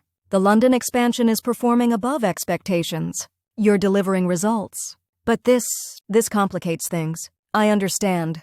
Do you? Because from where I'm sitting, it looks like you let a personal grudge influence major business decisions. That's not what I expect from my executive team." The reprimand stung. "It won't happen again. It better not. I'm sending Preston from legal to London tomorrow. You'll brief him fully on everything, and I mean everything, related to Meridian and Criterion. No surprises, no mostly truths. Is that clear? Crystal?" After hanging up, I sat motionless at my desk, mind racing. The article itself wasn't damaging, but it was clearly just the opening salvo. James Callahan was making good on his threat, using his media connections to plant the seed of doubt about my professional ethics. And he was right, wasn't he? I had crossed lines, used information I shouldn't have accessed, made business decisions influenced by personal vendetta. I'd been so convinced of my righteous anger that I'd never truly considered the professional consequences, not just for Mark but for myself, for Archer and Mills, for clients who'd placed their trust in us. My phone buzzed with a text from Liv. "Interesting Adweek article today. Anything you want to tell me?" Before I could respond, Harriet appeared in my doorway. "Ms. Carter? There's a call for you on line 2. A Mark Johnson? He says it's urgent." My heart stuttered. "I'll take it." I waited until Harriet closed the door before picking up the phone. "This is Emma Carter." Emma. Mark's voice, so familiar despite the months since I'd heard it last. "I see your friend James has been busy." "He's not my friend. And I assume you know exactly how busy he's been since you put him up to it." "I didn't ask him to write an article if that's what you think." "No? Just to threaten me in my office? To hint at exposing unethical business practices?" Mark sighed, a staticky sound over the international line. "James acts on his own initiative. But yes, I told him what happened between us. What you did." "What I did?" I laughed bitterly. "Remind me, Mark. What exactly did I do that was worse than 6 months of cheating? Of gaslighting me whenever I suspected something? Of planning to leave me while living in my home? This isn't about our relationship. It's about you using it to systematically attack my career." "Your career problems are your own, Mark. Meridian was unhappy with BCG's performance. That's not my fault. But you knew that. You targeted them specifically because they were my biggest account." I gripped the phone tighter. "I presented them with a better strategy. They made a business decision. After you accessed confidential BCG information through my emails, my blood went cold." "I don't know what you're talking about." "Don't insult me, Emma. I checked my login history after you left. Multiple logins from your IP address. Emails about Meridian marked as read that I never opened. You hacked my account. That's a serious accusation," I said carefully. "It's not an accusation. It's a fact. One that would interest not just Adweek, but the FBI's cybercrime division. The threat hung between us." I struggled to keep my voice steady. "What do you want, Mark?" "I want my life back. The one you systematically dismantled because I hurt your feelings." "You did more than hurt my feelings." "Fine. I was a terrible boyfriend. I cheated, I lied, I said cruel things. But did that justify what you did? Targeting my clients? Getting me demoted? Manipulating me emotionally for weeks before disappearing to London? Put like that, laid out so starkly, my actions seemed disproportionate, excessive. But the memory of that night still burned, his dismissive words, the apartment with Rebecca, the months of deception. "You haven't called to reminisce, Mark. What do you want from me?" He was quiet for a moment. "I want you to make it right." "How exactly?" "I can't give you back Meridian or Criterion." "No, but you could speak to BCG leadership. Explain that my demotion was unwarranted, that the account losses weren't reflective of my performance." I almost laughed. "You want me to tell your bosses that I plotted against you out of vengeance? That would end my career, not resurrect yours. Then find another way. Use your considerable influence to help me secure a new position. Recommend me for something comparable to what I lost. You can't be serious. Deadly serious. Either you help repair the damage you've done to my career, or the next article won't be so vague. And it won't stop at articles." The threat was unambiguous. He would expose my unauthorized access to his emails. My throat tightened with anger and fear. That's blackmail. I prefer to think of it as negotiation. You have 1 week to show good faith effort. After that, things get public. Very public. He hung up before I could respond. I sat frozen, phone still in hand, mind racing through options. I could deny everything. my word against his. But if he had proof I'd accessed his emails, timestamps, IP addresses, it wouldn't just be embarrassing. It could be criminal. I could come clean to Richard, prepare Archer and Mills for the fallout, but that would almost certainly end my career there. The London office would continue, but under different leadership. I could try to discredit Mark preemptively, paint him as a disgruntled ex-boyfriend inventing stories, but that would only add fuel to the personal vendetta narrative. Or I could do as he asked, use my connections to help him secure a new position, swallow my pride and help the man who had broken my heart, then tried to break my career when I damaged his. None of the options were palatable. My intercom buzzed. Harriet's voice came through. Ms. Carter? Your 3 o'clock is waiting. Business continued, regardless of personal crises. I straightened my jacket, took a deep breath, and pushed Mark's ultimatum to the back of my mind. I had clients to serve, a team to lead, results to deliver. But as I greeted the potential new client, smiled and shook hands and presented our capabilities, a part of my mind was still calculating, still planning, still coldly assessing my options for dealing with Mark Johnson's threat. Some habits never die. Preston from legal arrived the next morning, grim-faced and jet-lagged. I'd spent the night preparing, deciding exactly how much to reveal. I couldn't admit to accessing Mark's emails. That crossed too many lines, both legal and ethical. But I needed to be forthcoming enough that Preston could adequately defend the firm if necessary. "Walk me through it," he said after settling into my office with a large coffee. From the beginning, I outlined my history with Mark, our breakup, my subsequent move to Archer and Mills. I explained that yes, I'd been aware Meridian was his account, and yes, that had made winning it particularly satisfying. But, I emphasized, Meridian was legitimately dissatisfied with BCG's performance. Their engagement metrics were declining. Their reach among younger demographics was stagnant. We presented a superior strategy, addressing their specific concerns. It was a sound business decision on their part to switch agencies. "And how did you know about their specific concerns?" Preston asked, watching me carefully.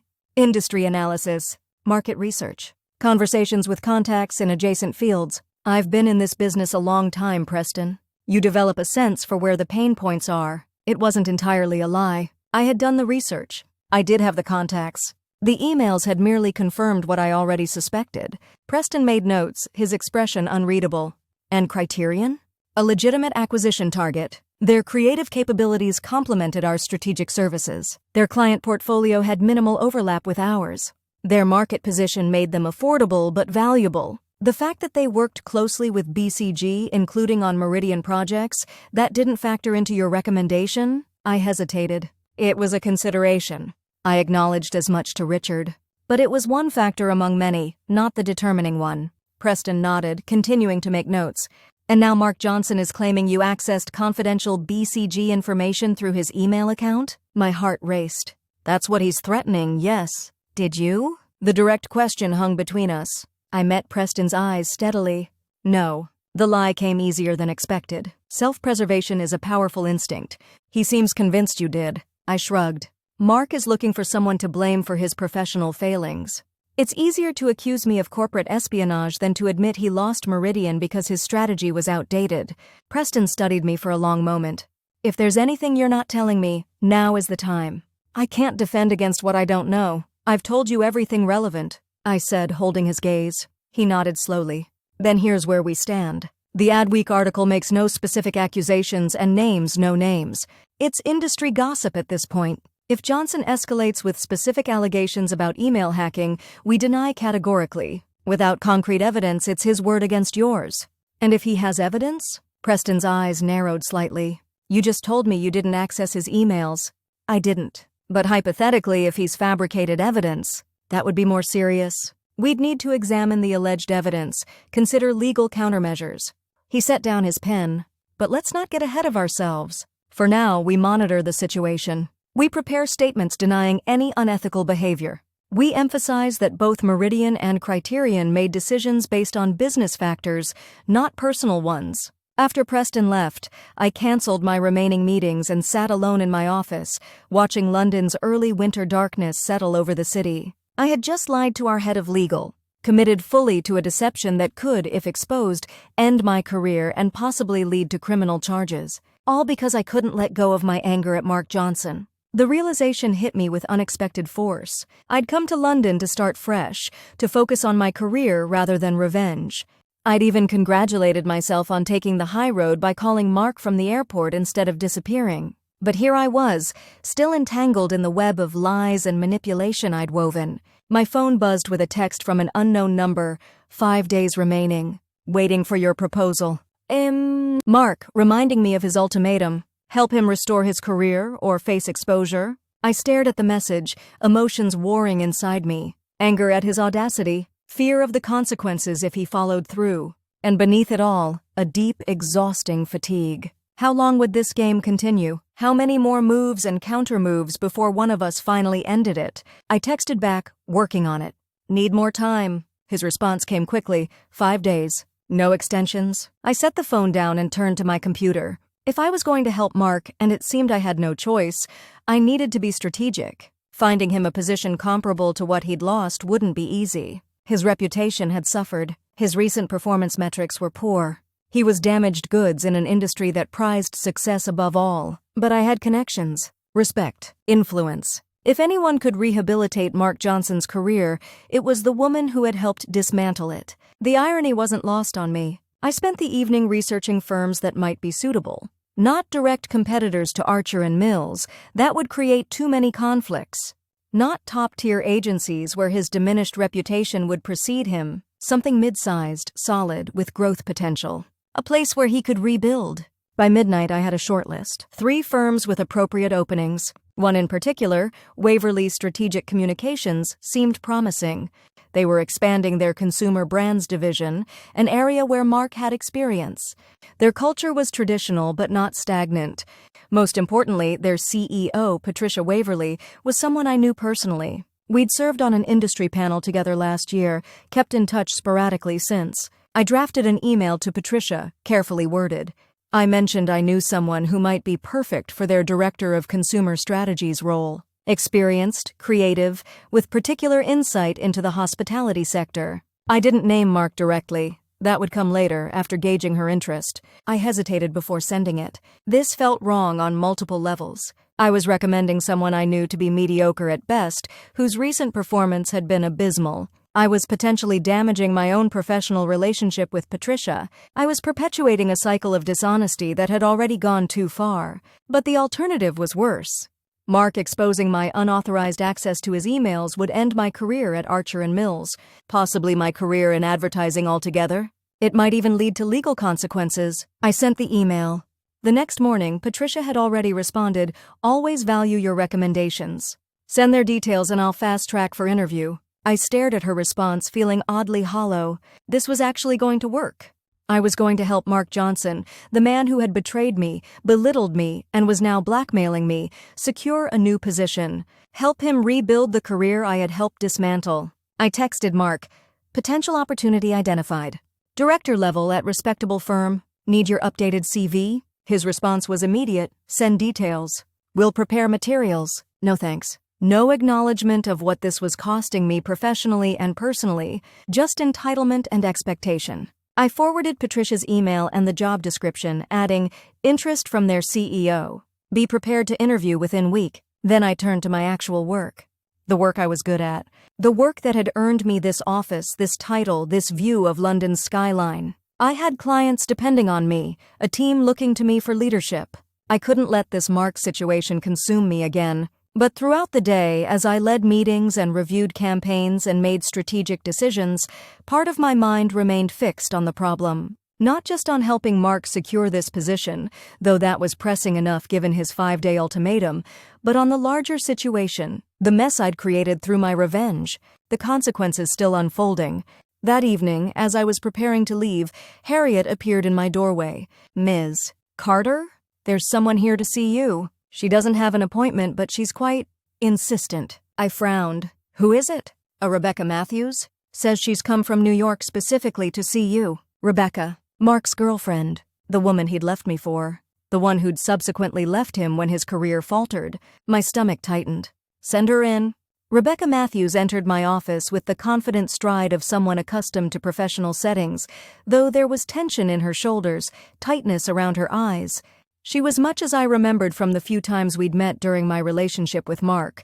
Tall, blonde, conventionally attractive in a corporate catalog way. "Emma Carter," she said, extending her hand. "Thank you for seeing me without an appointment." I shook her hand briefly. "Rebecca, this is unexpected." "I imagine so."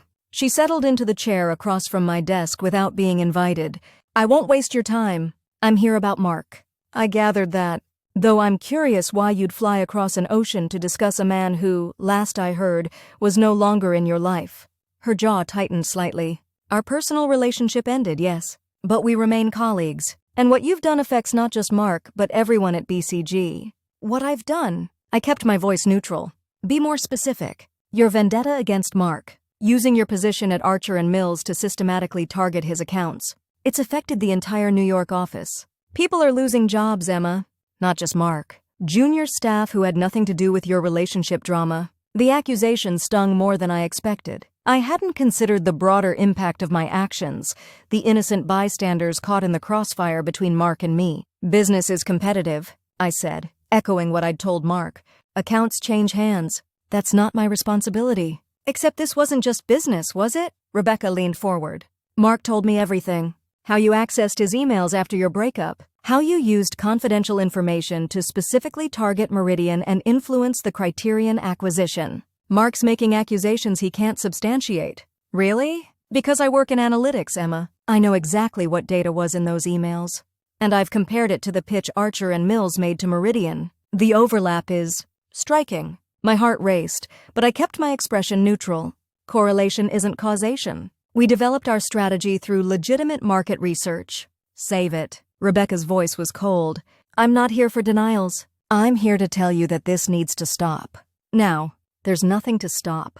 I'm in London building Archer & Mills' European presence. Mark's problems in New York are his own, except now you're interfering again. Recommending him for positions? Suddenly helping the man whose career you systematically dismantled?" I blinked in surprise.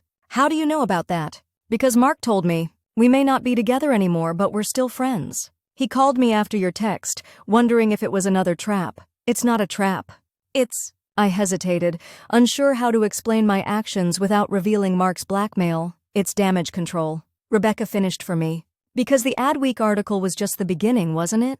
You're worried about what comes next if Mark decides to go public with what you did." I studied her carefully. "Why are you really here, Rebecca?"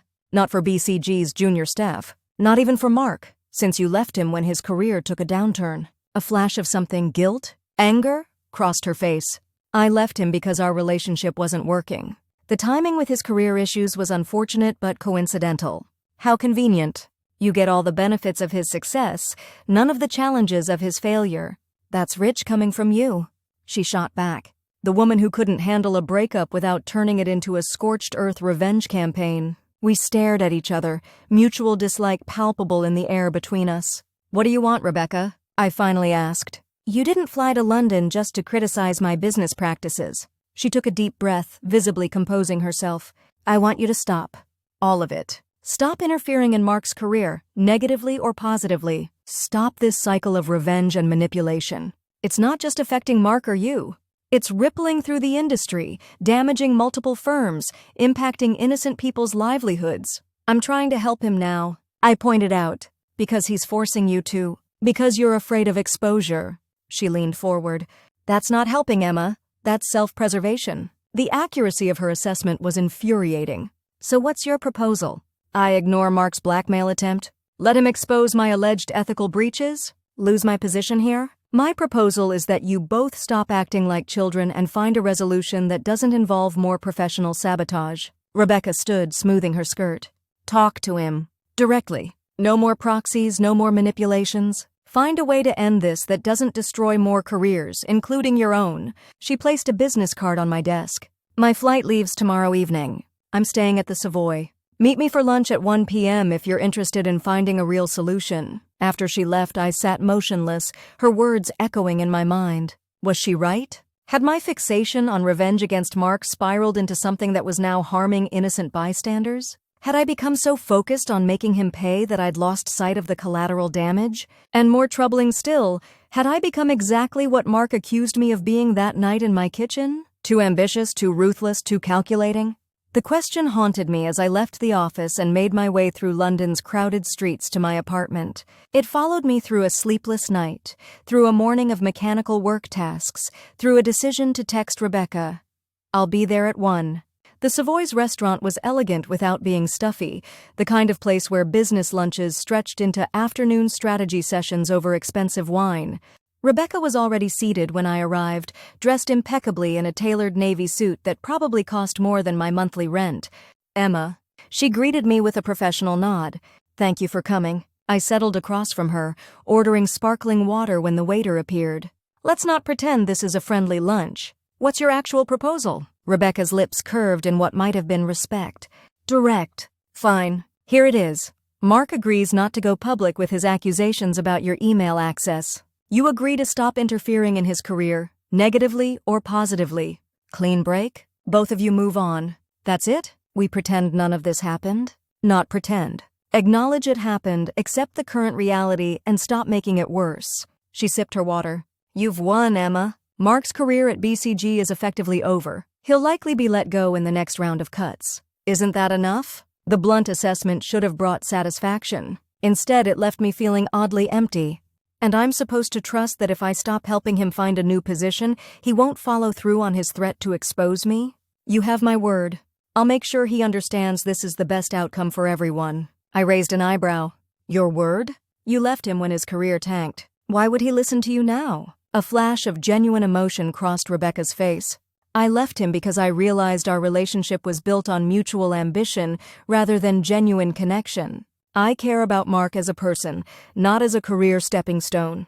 Something you might consider reflecting on yourself. The rebuke stung more than it should have. You don't know me. I know you've spent nearly a year obsessed with punishing Mark for hurting you. I know you've compromised your professional ethics in that pursuit. And I know you're still letting him control your actions through fear. She leaned forward. That doesn't sound like the ambitious, independent woman Mark described to me. Careful, I warned. You're very close to defending the man who cheated on me with you for 6 months. I'm not defending his actions in your relationship. They were indefensible. I'm talking about what you've done since, and what it's doing to you. Rebecca's gaze was uncomfortably perceptive. You've built your identity around being the wronged party seeking justice. But at what point does justice become obsession? At what point are you no longer the victim but the aggressor? Her words hit too close to my own growing doubts. This is a waste of time. You clearly don't have Mark's agreement to this proposal, just your own wishful thinking. Actually, I do. She pulled out her phone, tapped the screen, and slid it across the table. We spoke this morning. There on the screen was a text conversation between Rebecca and Mark. Rebecca spoke with EC, proposing mutual stand-down. You drop threats, she stops interference, both move on. Mark, she'll never agree. Too invested in my destruction. Rebecca, let me handle her. Do we have a deal on your end? Mark, if she agrees to completely disengage, no more account targeting, no more help finding positions, and Waverly interview proceeds as scheduled, then yes. I'll destroy email evidence and move on. I stared at the exchange, mind racing. He still wants the Waverly position. Yes. Consider it separation terms. You've already made the introduction. Let it proceed naturally. After that, complete disengagement from both sides. I studied Rebecca, trying to understand her angle. Why are you doing this? What do you get out of playing peacemaker? Something like sadness crossed her face.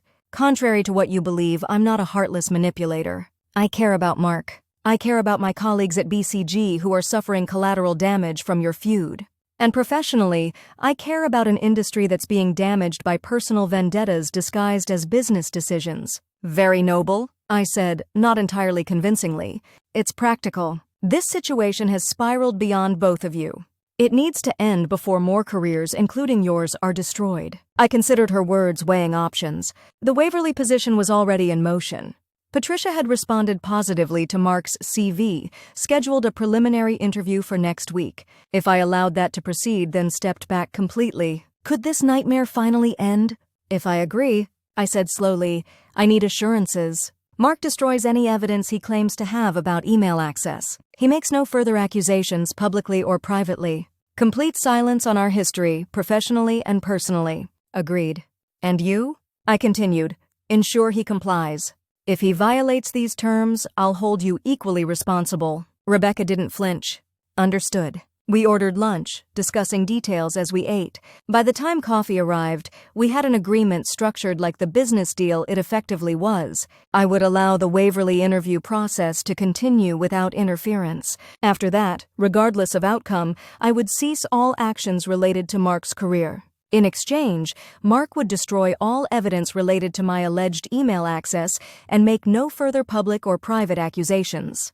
I'll need Mark's direct confirmation, I said as we prepared to leave. Not through you. A call or video conference where I can see his face, hear his commitment. Rebecca nodded.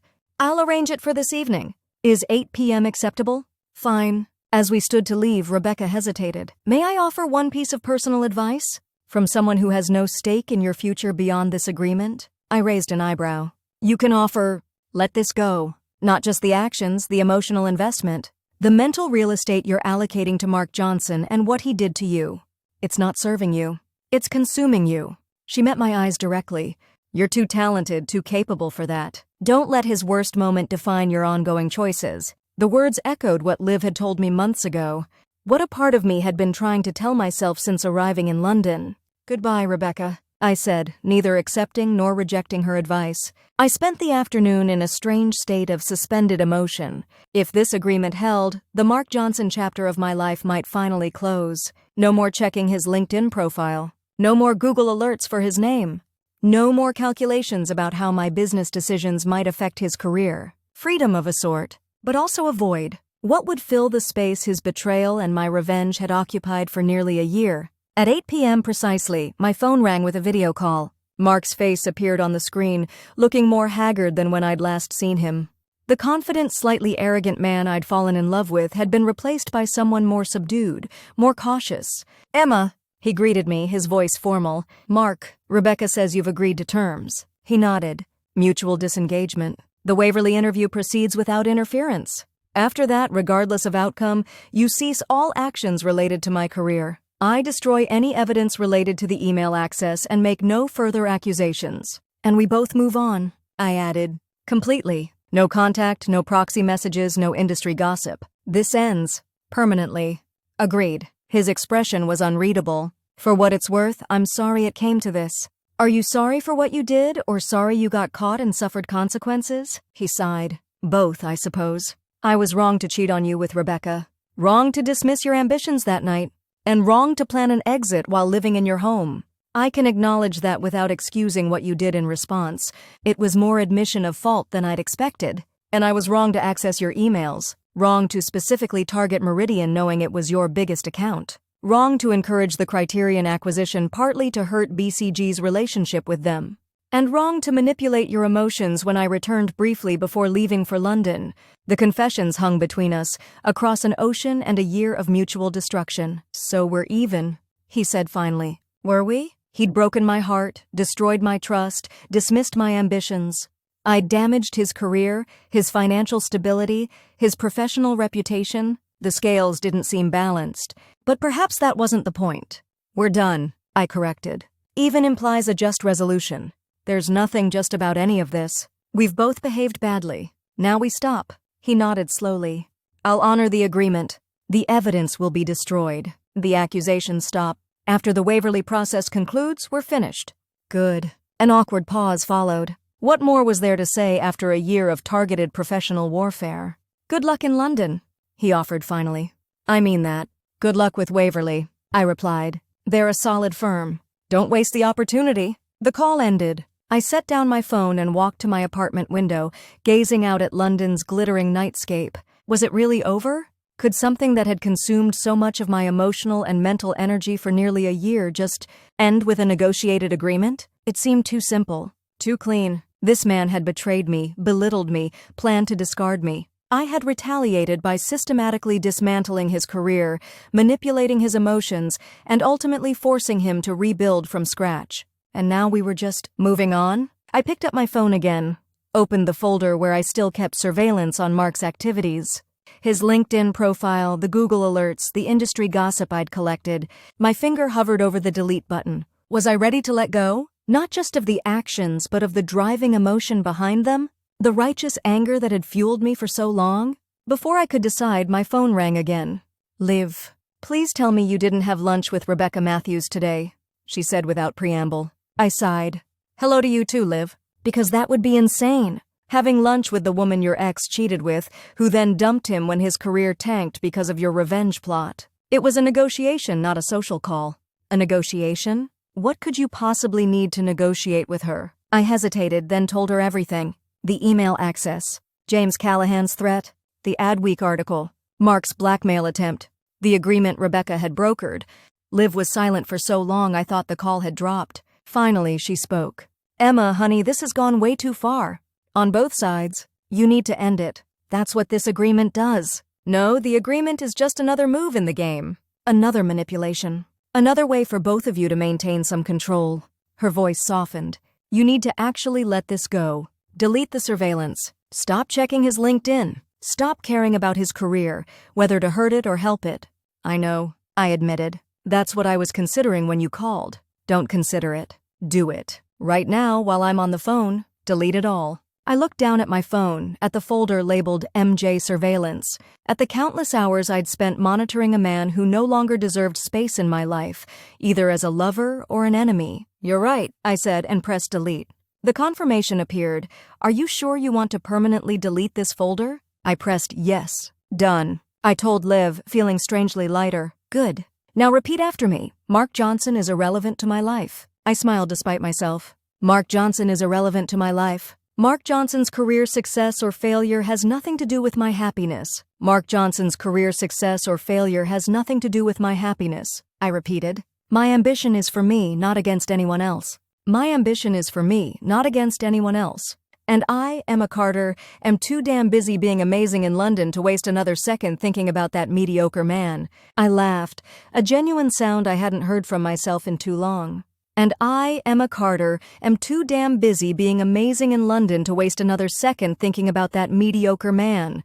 Perfect. Liv's smile was audible. Now tell me about something, anything in your life that has nothing to do with Mark Johnson. And so I did. I told her about my new favorite cafe near my apartment. About the British creative director I'd hired who had the most brilliant strategic mind I'd encountered in years. About the weekend trip I was planning to Paris to meet with potential clients. About my life. My actual life.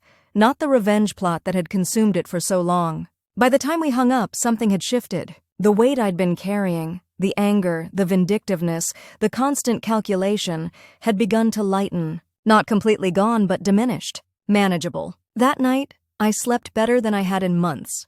The following weeks passed in a blur of productive activity, without the distraction of monitoring Mark, plotting revenge, or mitigating the consequences of that revenge. I found new energy for my actual responsibilities. The London office thrived. We secured 2 major new clients. My team solidified, developing the cohesion that distinguishes great agencies from merely good ones. I heard through Patricia Waverley that Mark had performed well in his interviews. They were conducting final discussions about compensation and start date. I acknowledged the information without emotional investment. It was business, nothing more. Richard called one morning as I was reviewing quarterly projections. Preston tells me the situation with your ex seems to be resolved, he said without preamble. It is. No further issues anticipated. Good. Because the board is impressed with London's performance. Very impressed. There's talk of additional expansion. Paris, possibly Berlin. With you at the helm of European operations. My heart quickened. I'd be interested in that conversation. I thought you might be. Richard's tone turned serious. But I need to know this personal vendetta business is truly behind you. Archer and Mills can't have our European strategy influenced by who pissed you off in New York. It's done, I said firmly. Completely and permanently. Good, because your ambition should be directed toward building our firm, not dismantling your personal enemies. He paused. You're too talented for that kind of distraction, Carter. Too talented. Not too ambitious. The distinction wasn't lost on me. Understood, sir? Excellent. We'll discuss expansion options next week when I'm in London. After hanging up, I sat back in my chair, a strange sense of vindication washing over me. Not the vindication of revenge, the hollow satisfaction of hurting someone who hurt you, but the vindication of proving Mark fundamentally wrong. You're too ambitious for a woman. He'd said that night, dismissing my greatest professional achievement. Now that ambition, properly channeled, was earning me recognition, responsibility, opportunity. Not despite being a woman, but simply because I was excellent at what I did. Perhaps that was the true revenge, not destroying Mark's career, but building mine so brilliantly that his opinion became utterly irrelevant. The thought brought a genuine smile to my face as I turned back to my work. My work, my career, my future, mine alone, shaped by my talents and choices, not defined by reaction to someone else's betrayal. 3 days later, I received a brief email from Patricia Waverly. Mark Johnson has accepted our offer for Director of Consumer Strategies. Starts next month. Thank you for the recommendation. I read it once, acknowledged it without emotional reaction, and moved on to more important matters. Mark Johnson had a new job. Good for him. It had nothing to do with me anymore. That evening, as I walked home through London's chilly winter air, I realized something had changed. The anger that had driven me for so long, the constant simmering rage at Mark's betrayal, at his dismissal of my ambitions, at the months of deception, had faded to something quieter. Not gone entirely, perhaps, but no longer consuming, no longer defining. I stopped at a small park near my apartment, sitting on a bench despite the cold. Around me, people hurried home from work, couples walked hand in hand, a woman jogged past with her dog. Ordinary lives being lived without the burden of vengeance, without the exhausting weight of calculated retribution. My phone buzzed with a text from Richard. Berlin definitely happening. Paris likely next quarter. Prepare recommendations for leadership structure. I smiled, feeling a surge of genuine professional excitement uncomplicated by thoughts of Mark Johnson or revenge or proving someone wrong. Just the pure satisfaction of achievement, of recognition, of future possibilities. As I walked the remaining blocks to my apartment, I realized that the revenge I'd so meticulously planned had ultimately given me something unexpected.